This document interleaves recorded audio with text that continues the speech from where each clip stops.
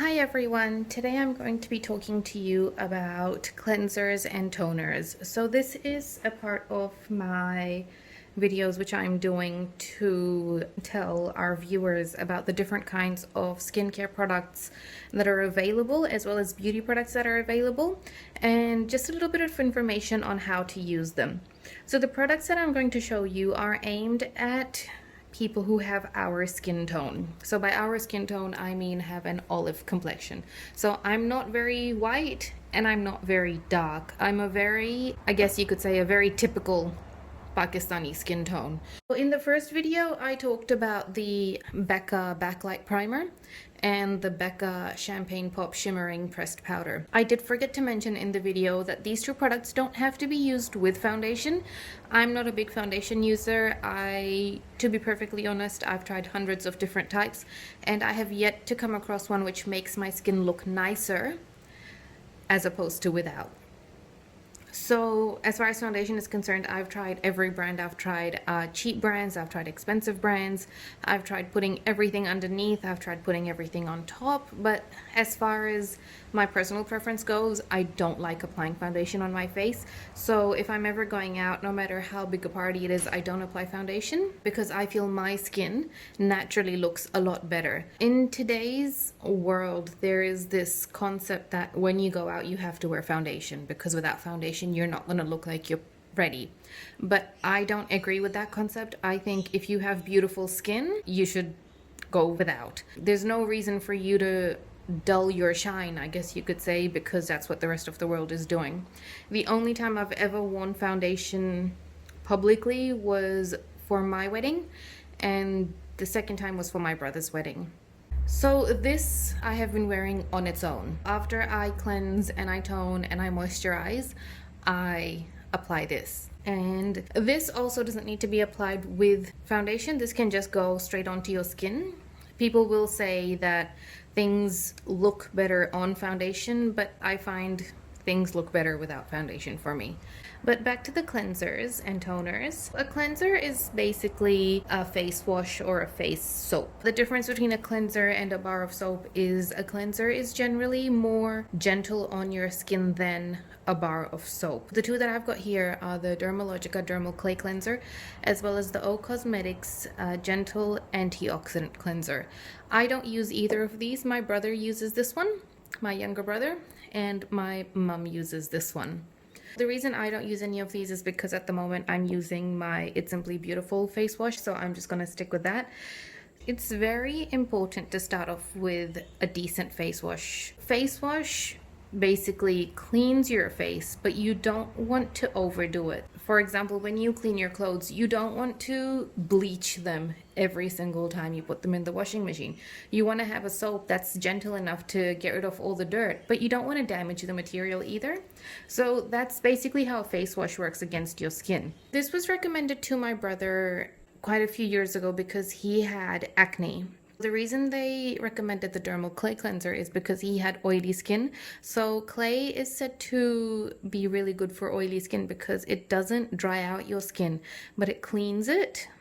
And a lot of people find when they use face wash, after a few hours, their skin becomes really, really oily, even though after washing their face, it's nice and clean. One issue behind that is the face wash that you are using might be stripping your skin of too many of its natural oils. So what happens is when the skin feels there's not enough oils, it goes into overdrive and produces more than it needs to even out that lack of oil that your skin is feeling.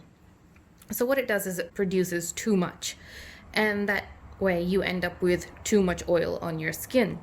Some people just naturally have a very oily skin. The best way to maintain that is to just use a cleanser which will remove the oil, but not something that will just completely strip your skin of all the good things that it needs to have in there. So the Dermal Clay Cleanser I felt was actually quite good. This can also be used as a mask. I have tried this. I really like it. It's got a really nice, fresh feel and fresh scent to it. You don't have to buy it in this size bottle. This is the professional size. We've bought this because then my brother doesn't have to keep buying them over and over again. This was recommended to my mum by a skincare specialist. So mum went in. Mum doesn't have any major concerns with her skin. However, mum did want something that was a little bit stronger, that would give her a really deep clean whenever she needed it to. So this can also be used as a mask. And by mask, what I mean is you apply it on your skin and you leave it on for a little while and then you wash it off. However, it is gentle enough to be used every day.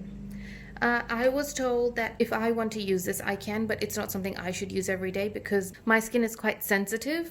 So this might clean it, I guess you could say, a bit too much and remove all the oils that I need to stay in my skin. So this is actually a really hard to find brand. You can't get it in every single shop. It used to be Dermalogica, which was very hard to find, but now you can find it very easily. Cosmedics, however, is still really, really hard to find. But these two products are really, really good. This one especially is good for acne-prone skin, and this one is good for the more mature skin types, which want a really deep clean. So that's about cleansers. A toner is basically used after a cleanser. It just helps the cleanser do its job a little bit better. So this one here, this is the Kose Medicated Sekkesi lotion.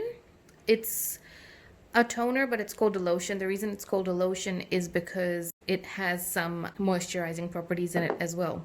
What a toner was originally made for was to actually finish off the job of a cleanser. So what you're supposed to do with a toner is you're supposed to get a cotton pad and just supposed to put some